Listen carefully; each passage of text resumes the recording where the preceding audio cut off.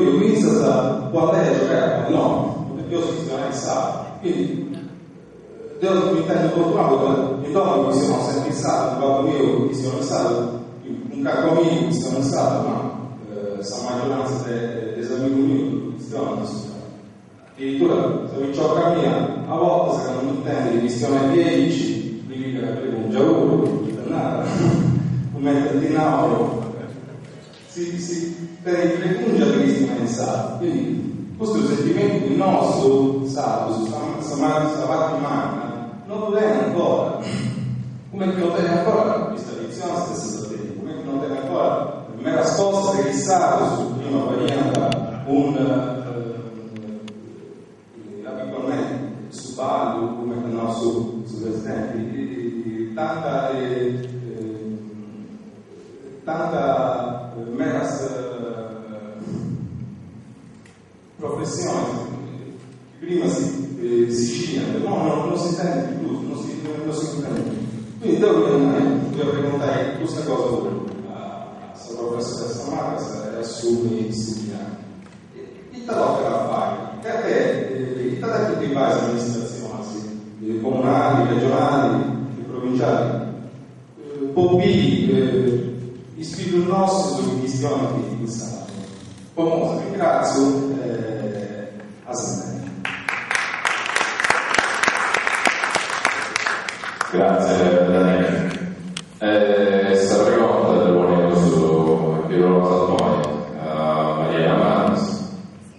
Io penso che possiamo rispondere tutti a questo, ma pensando per esempio a regioni che sono un po' più avanti della nostra, penso alla Friuli Venezia Giulia, tra l'altro c'è in sala Milano presente. Perché sono più avanti? Perché l'università, per diversi motivi, che poi però insomma arrivano a disegnare situazioni, no? Perché non è solo un soggetto che decide le cose, lo diceva bene il vicepresidente, sono diverse consapevolezze che rendono possibili le cose. Allora l'Università Friuli Venezia Giulia ha cominciato da presto, forse erano avvantaggiati perché non avevano il problema di quale salto, ma forse noi a volte abbiamo il problema di quale professore, no? Abbiamo un'università abbastanza litigiosa su queste cose. Chi ha frequentato gli ambienti lo sa, che se c'è uno dei professori a volte non hai l'altro perché non li tieni insieme, a volte neanche nello stesso tavolo. Quindi, come dire, forse l'università dovrebbe diventare più scientifica su queste cose. E per esempio scienze della formazione primaria, che è la facoltà che forma gli insegnanti per le scuole materne ed elementari, questo lo dico a livello nazionale, no? Non ha nel curriculum neanche un esame di didattica della lingua della minoranza storica, per dire, e questo secondo me è già un problema. Formi i nuovi insegnanti per quanto lontani da sud, come sappiamo, no? Perché questo è il tempo di licenziamento di insegnanti piuttosto che di assunzioni, così la situazione. Però in ipotesi così non c'è un'attenzione al curriculum. Allora l'università dovrebbe fare più cose, ma dovrebbero essere cose radicali. Allora diremo, però le decide il Ministero queste cose, ma al Ministero, dico, chi le rappresenta? Qualcuno deve rappresentare le esigenze. Allora, se al Ministero arrivassero dalla base, la base possono essere le province, per dire, ma possono essere anche collegi di docenti, per dire. Noi abbiamo questo problema, come rispondiamo? Credo che bisogna uscire proprio da una gestione silenziosa o resistente delle problematiche. Quindi bisogna a tutti i livelli evidenziare. Il Ministero, per esempio, dire bene, ma gli insegnanti di scienze della formazione dobbiamo formarli anche per questo aspetto. Non è possibile che facciamo fare un esame di geografia, uno di matematica, uno di storia, per dire, e poi però sulla didattica della lingua e della lingua in una situazione appunto di multilinguismo siamo un po' lontani. E i genitori, secondo me il problema sono i genitori, perché si tratta di giovani genitori che probabilmente loro stessi non sono più competenti attivi. Allora anche qua forse bisognerebbe far innamorare i genitori della situazione.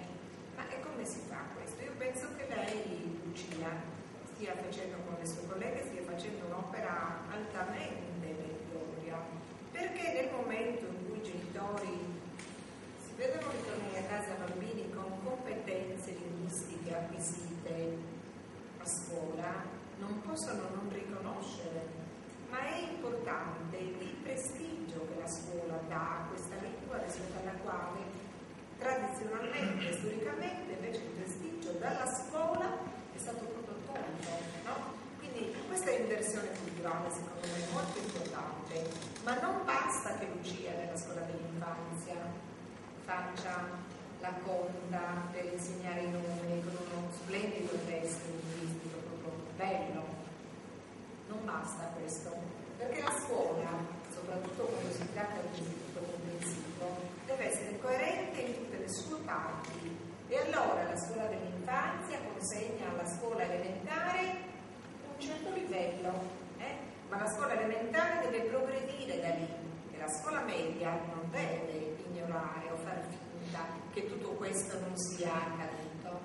Allora, quando noi parliamo della progettazione curricolare dell'istituto comprensivo, ma qua io parlerei per 15 giorni, della progettazione curricolare nel comprensivo davvero parlerei per 15 giorni, perché c'è da dire molto, perché l'organizzazione degli istituti comprensivi è un'organizzazione che mette come cifra, come denominatore proprio, quello della continuità formativa, ma la continuità formativa nei nostri istituti comprensivi, anche senza scomodare la lingua sarda, è veramente di là da venire.